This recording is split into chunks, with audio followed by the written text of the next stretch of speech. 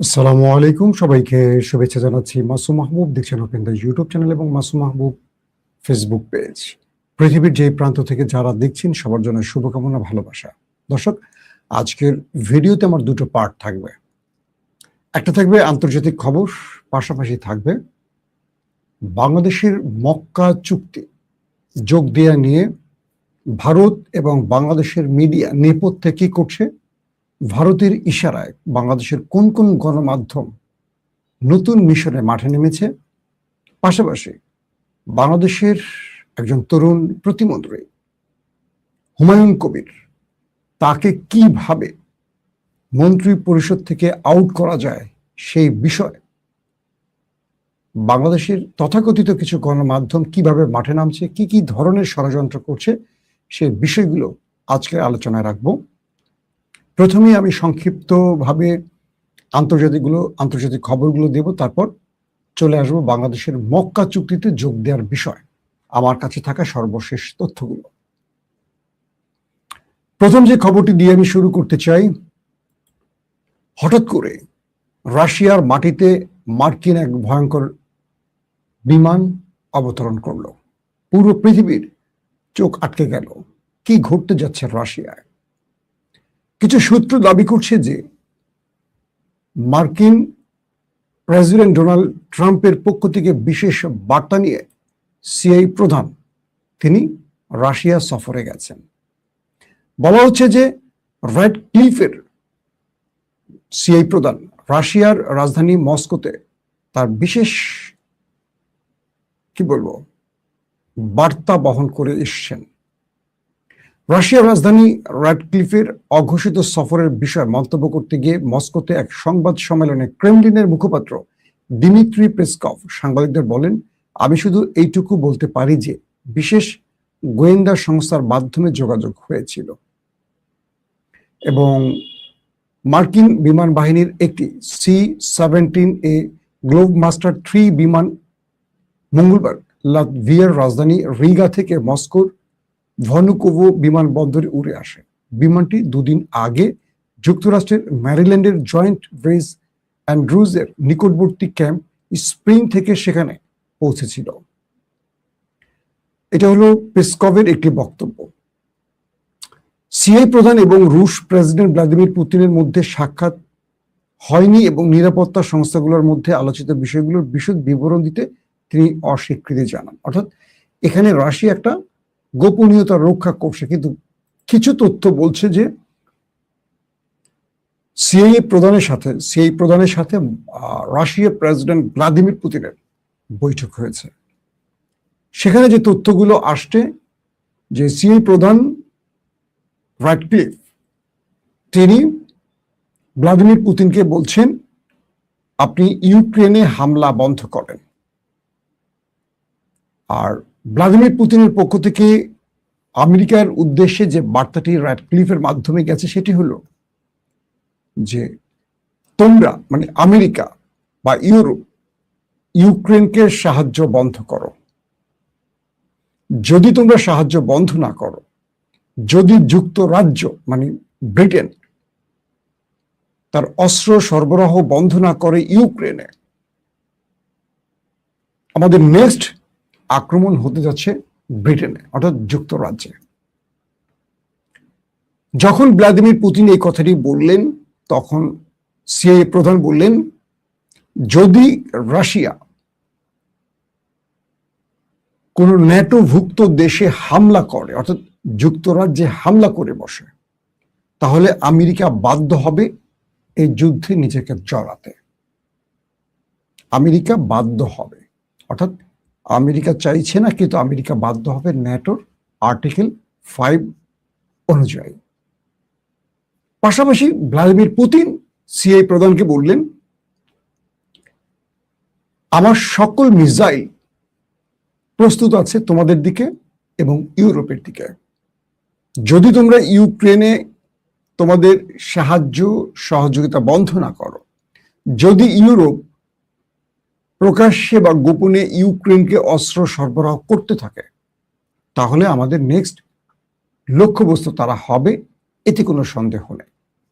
আর America যদি ন্যাটোর ধারা অনুযায়ী এই যুদ্ধে নেমে পড়ে ন্যাটোর কোনো দেশে আক্রমণের কারণে, তাহলে আমরা আমেরিকাকে ওয়েলকাম জানাবো এই যুদ্ধে আমাদের সাথে লড়ার জন্য। সিআই প্রধান বলছে আমরা তোমাদের অবস্থা ইরানের মতো করে দেব রাশিয়াকে। রাশিয়া বলছে যে ইরানের পা ধরে মাপ চাইছে যারা, আমরা তাদেরকে তার চেয়ে নিচে নামাবো। অর্থাৎ দুইজনের মধ্যে যে আলোচনা হয়েছে, কিছু গণমাধ্যম এই বিষয়টিকে ঠিক এভাবে বর্ণনা করেছে। যদিও পেসকভ তিনি বলছেন যে ভ্লাদিমির পুতিনের সাথে তার দেখা হয়নি বা এরকম, মানে তিনি এই বিষয়টিকে এড়িয়ে যাওয়ার চেষ্টা করছেন। বলা হচ্ছে দীর্ঘ 5 বছর পর মার্কিন সিএ প্রধান রাশিয়া সফরে গেছেন। আসলে কি ঘটছে এখানে? শুধু ইউক্রেন ইস্যুতে আলোচনা হয়েছে না, এখানে ইরান ইস্যুতেও আলোচনা হয়েছে। রাশিয়া আমেরিকাকে স্পষ্ট বলে দিয়েছে, তোমরা যে ইরানের উপর স্যাংশন দিয়েছ বা নিষেধাজ্ঞা দিয়েছ, এটা রাশিয়া মানবে না। তারা ইরানের পাশে আছে, শেষ দিন পর্যন্ত পাশে থাকবে। ঠিক একইভাবে চীনও রাশিয়াকে এই বার্তা, আমেরিকাকে এই বার্তাটি দিয়েছে। চীন বলছে আমেরিকাকে যে আমরা ইরানের সাথে বাণিজ্যিক সম্পর্ক অব্যাহত রাখব, তোমরা এই বিষয়ে নাক গলাবে না, কারণ এটা চীনের এবং ইরানের নিজস্ব ব্যাপার। তোমরা চীনের কোনো কূটনীতি বা পররাষ্ট্রনীতি কিংবা বাণিজ্য নীতি 1000 মাইল দূর থেকে চীনকে চাপিয়ে দিতে পারো না। চীন তার পূর্বের অভিজ্ঞতা অনুযায়ী বা পূর্বের মতোই ইরানের সাথে তাদের সকল বাণিজ্যিক সম্পর্ক অব্যাহত রাখবে। চীন স্পষ্ট করে বলে দিয়েছে আমেরিকাকে, তোমাদের এই স্যাংশন আমাদের কিচ্ছু যায় আসে না, আমরা ইরানের সাথে প্রয়োজনে আরো ভালো বাণিজ্য নীতিতে পৌঁছতে চাই। আরো ভালো মানে কি, এখন যেহেতু ইরান এই নিষেধাজ্ঞার জন্য বড় রকম চাপে পড়ে যাবে, তাই প্রয়োজনে আমরা ইরানকে আরো বেশি সহযোগিতা করতে চাই। তো এই দুটো দেশের স্পষ্ট বার্তা হলো তারা ইরানের পক্ষে থাকতে চায়, তারা ইরানের হাত ছাড়তে চায় না। এবং ইরানের বিমান প্রতিরক্ষা প্রধান আজকে বলছেন যে সাম্প্রতিক দুটি যুদ্ধে শত্রু যুদ্ধ বিমান ও কৌশলগত ড্রোন আঘাত হানায় তার বাহিনীর সক্ষমতা প্রমাণিত হয়েছে এবং সেই শিক্ষা এখন নতুন কৌশল ও স্থানীয়ভাবে নির্মিত ব্যবস্থার কাজে লাগানো হচ্ছে। অর্থাৎ ইরান এখন নিজেরাই নিজেদের আকাশ প্রতিরক্ষা সিস্টেম তৈরিতে মনোযোগী হয়েছে এবং তৈরিতে তারা সাকসেস পাচ্ছে। পাশাপাশি তারা বলছে মার্কিন অনেক হামলা তারা প্রতিহত করতে পেরেছে, যার কারণে ইরান এই জায়গায় এখন একটা বৈপ্লবিক পরিবর্তন আনতে যাচ্ছে। পাশাপাশি ওমানের সাথে ইরানের বৈঠক হয়েছে গতকালকে এবং ইরান স্পষ্ট বলে দিয়েছে যতক্ষণ আমেরিকা তার নেভাল ব্লকেট তুলে এই অঞ্চল ছেড়ে না যাবে ততক্ষণ হরমুজ বন্ধ থাকবে। আবার পাকিস্তানের সেনাপ্রধান আসিম মুনিরের মাধ্যমে ইরানের কাছে আমেরিকা বার্তা পাঠিয়েছে যে যদি হরমুজ প্রণালী ইরান খুলে দেয় তাহলে ইরানের উপর সকল নিষেধাজ্ঞা প্রত্যাহার করা হবে। তার মানে আমেরিকা ইরানের উপর যে নিষেধাজ্ঞাগুলো দিয়েছে সেই নিষেধাজ্ঞা দিয়েও ইরানের কিচ্ছু করতে পারছে না। এই পরিস্থিতির মধ্যে এখন আটকে আছে আমাদের ট্রাম্প চাচ্ছু। অন্যদিকে ইরানের সেনাবাহিনীর মুখপাত্র মোহাম্মদ আকরামানিয়া ঘোষণা করেছেন যে যুদ্ধে ধ্বংস হওয়া অবকাঠামো পুনর্নির্মাণে ইরান উল্লেখযোগ্য অগ্রগতি করেছে এবং নতুন সামরিক সরঞ্জাম পেয়েছে। ইরানের উপ পররাষ্ট্রমন্ত্রী কাজেম গারিবাদি বলেছেন ওমানের সঙ্গে একটি অস্থায়ী ট্রানজিট চুক্তি থাকা সত্ত্বেও হরমুজ প্রণালী বন্ধ রয়েছে। তিনি জোর দিয়ে বলেন জলপথটি পুরোপুরি খোলার আগে ওয়াশিংটনকে অবশ্যই সমঝোতা স্মারকের অধীনে দেয়া প্রতিশ্রুতিতে ফিরে আসতে হবে। মার্কিন প্রেসিডেন্ট ডোনাল্ড ট্রাম্প বলেছেন যে প্রণালীটি মানে হরমুজ প্রণালীটির আন্তর্জাতিক জলসীমা থেকে সমস্ত মাইন অপসারণ করে নিষ্ক্রিয় করা হয়েছে এবং তেহরানকে সতর্ক করা হয়েছে যে নতুন মাইন স্থাপনকারী যে কোনো জাহাজ ধ্বংস করা হবে। মার্কিন পররাষ্ট্র দফতর আল জাজিরাকে জানিয়েছে যে তেহরানের অবশিষ্ট আর্থিক যোগানগুলো বন্ধ করে এবং সাম্প্রতিক নিষেধাজ্ঞার পর দ্রুত পরবর্তী পদক্ষেপ গ্রহণের মাধ্যমে ওয়াশিংটন ইরানের এই দীর্ঘদিনের হুমকির অবসান ঘটাতে সুনির্দিষ্ট পদক্ষেপ নিচ্ছে। দর্শক আসেন এবার বাংলাদেশের খবরে চলে আসি।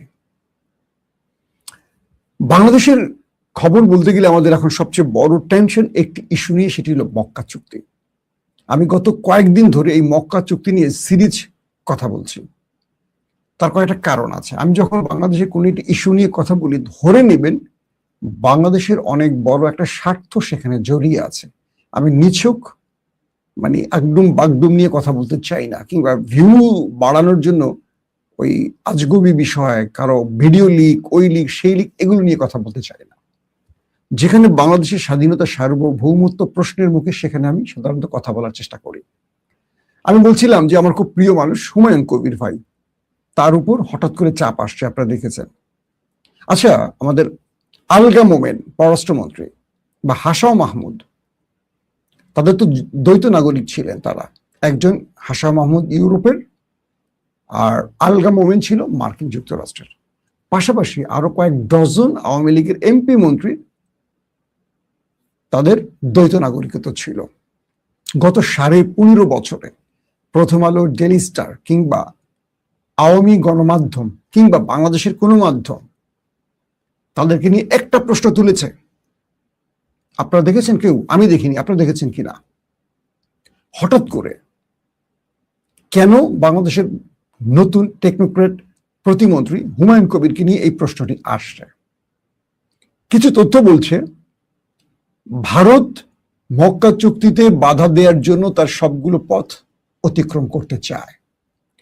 কূটনৈতিক চেষ্টা অব্যাহত রেখেছে, থ্রেট অব্যাহত রেখেছে, তাদের সকল পরিভাষা, ভাষা অব্যাহত রেখেছে বাংলাদেশের সাথে বা নতুন সরকারের সাথে। একজন ব্যক্তি কোনোভাবে কথা শুনছে না, তার নাম হলো পররাষ্ট্র প্রতিমন্ত্রী। বাংলাদেশের বিএনপির সিনিয়র কজন নেতা, তাদের সাথে ভারত কথা বলেছে। তারা বলছে যে আমরা এই বিষয়ে ওয়াকিবহাল নই বা এই বিষয়ে আমাদের কোনো কিছু করার নেই। এই বিষয়টা ডিল করছেন দুজন ব্যক্তি, একজন প্রধানমন্ত্রী তারেক রহমান, অন্যজন প্রতিমন্ত্রী হুমায়ুন কবির। তাহলে ভারত বিএনপির কোন কোন মন্ত্রীদের সাথে কথা বলছেন আপনারা আন্দাজ করতে পারছেন তারা কারা? তারা কিন্তু গুরুত্বপূর্ণ ব্যক্তি, কিন্তু এই দফতরের নয়। বলা হচ্ছে যে ভারত তার প্রত্যেকটি গণমাধ্যম ইতিমধ্যে বাংলাদেশ এবং এই পররাষ্ট্র প্রতিমন্ত্রীর বিরুদ্ধে এবং মক্কা চুক্তি নিয়ে জোরে সোরে সংবাদ প্রচার করছে। দেখবেন ভারতের প্রত্যেকটা গণমাধ্যম। এবং এই প্রতিমন্ত্রীকে চাপে ফেলতে বা এই পদ থেকে সরাতে বা যে কোনো ভাবে তাকে সরানোর জন্য বা তাকে ম্যানেজ করার জন্য সব রকম পথ অতিক্রম করতে চায় তারা। কি হলো? বলা হচ্ছে ভারতের একটা মানে পাওয়ারফুল পজিশন থেকে বাংলাদেশের ভারত নিয়ন্ত্রিত গণমাধ্যম, প্রথম আলো, ডেইলি স্টার সহ আরো যারা আছে বাংলাদেশের টেলিভিশন পত্রিকার মোটামুটি অধিকাংশ ভারত দ্বারা নিয়ন্ত্রিত, তাদেরকে বলা হলো যে কোনোভাবে এই প্রতিমন্ত্রীকে চাপে ফেলতে হবে। এবং আপনি দেখবেন যে যখন তিনি মক্কা চুক্তি ইস্যুতে পজিটিভ কথা বলছেন এবং তিনি বলছেন যে বাংলাদেশ মক্কা চুক্তিতে যেতে চাচ্ছে বা যেতে মানে মক্কা চুক্তিতে বাংলাদেশ মক্কা চুক্তিতে বাংলাদেশ যাবে, এই বিষয়ে বাংলাদেশ সরকার পজিটিভ বা তারা এই বিষয় নিয়ে ভাবছেন, তখনই লেগে গেল তার বিরুদ্ধে। 15.5 বছর আওয়ামী লীগের এত দ্বৈত নাগরিক যারা মন্ত্রী, প্রতিমন্ত্রী, এমপি হলেন, তাদেরকে নিয়ে একটি গণমাধ্যম কথা বলল না, হঠাৎ করে পরিকল্পিত হুমায়ুন কবিরকে নিয়ে কথা বলছে। এবং আমি দেখলাম যে আমাদের বিরোধী দলের জামাত শিবিরের অনেক ভাইরা বুঝে না বুঝে এগুলো ফেসবুকে লিখছেন। আমি জামাত শিবিরের ভাইদের বলবো, আপনারা আমার জানা মতে আপনারা দেশপ্রেমিক। বাংলাদেশের জিয়া পরিবারের পর আপনাদেরকে আমি দেশপ্রেমিক হিসেবে ভাবি, কারণ ভারত আপনাদেরকে টার্গেট করে।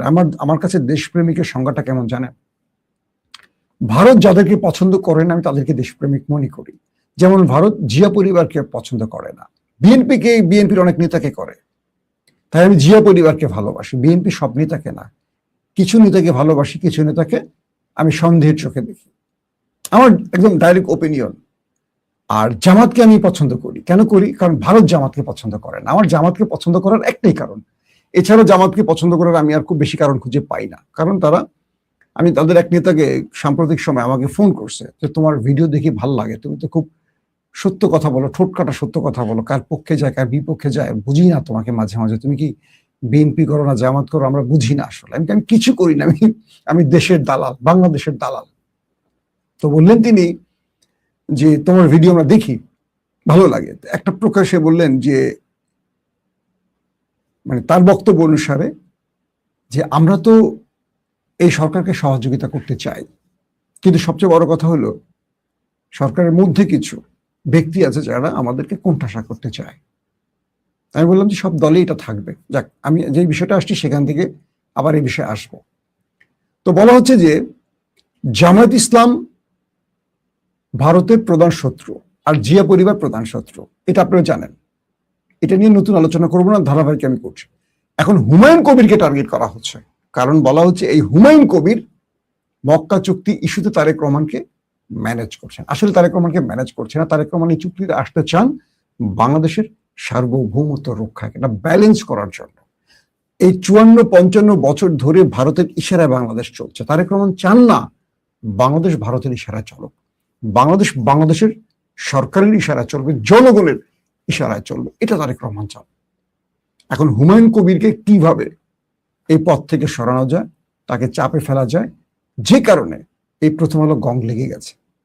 এখন আপনারা নিজেরাই বলেন, আপনারা কি বাংলাদেশের পক্ষে নাকি ভারতের পক্ষে? তাহলে কালকে থেকে দেখছেন প্রত্যেকটা টেলিভিশন টক শোতে, ফেসবুকে, বিভিন্ন জায়গায় ফিফথ কলামের লোকেরা কিভাবে হুমায়ুন কবিরকে ধোয়া শুরু করেছে দেখছেন আপনারা। ফিফথ কলাম তো বারবার বলছে, নতুন করে বলবো না। বিদেশি এজেন্টদের বাংলাদেশের চাকর বাকর গুলোকে আমরা ফিফথ কলাম বলি। ওদের এজেন্ট যারা বাংলাদেশে থাকে, তারা যারা এই ন্যারেটিভের পক্ষে কথা বলে, মানে মোসাদ এবং রয়ের পক্ষে, তারা হলো ফিফথ কলাম। তো খুব স্পেসিফিক ভাবে ভালো করে খেয়াল করবেন, হুমায়ুন কবিরকে নিয়ে সোশ্যাল মিডিয়া এবং টেলিভিশনগুলোতে, অধিকাংশ টেলিভিশনগুলো বুঝে না বুঝে হোক সংবাদ প্রচার করছে। তিনি বলছেন জ্বালা, এত জ্বালা কেন?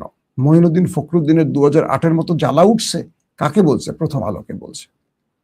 একটি বিষয় মনে রাখতে হবে, তার বিরুদ্ধে হানি ট্র্যাপ থেকে শুরু করে আরো বড় বড় ট্র্যাপের গল্প আসবে।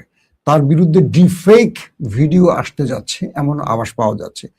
তাকে দুনিয়া থেকে সরানোর পরিকল্পনা হতে পারে।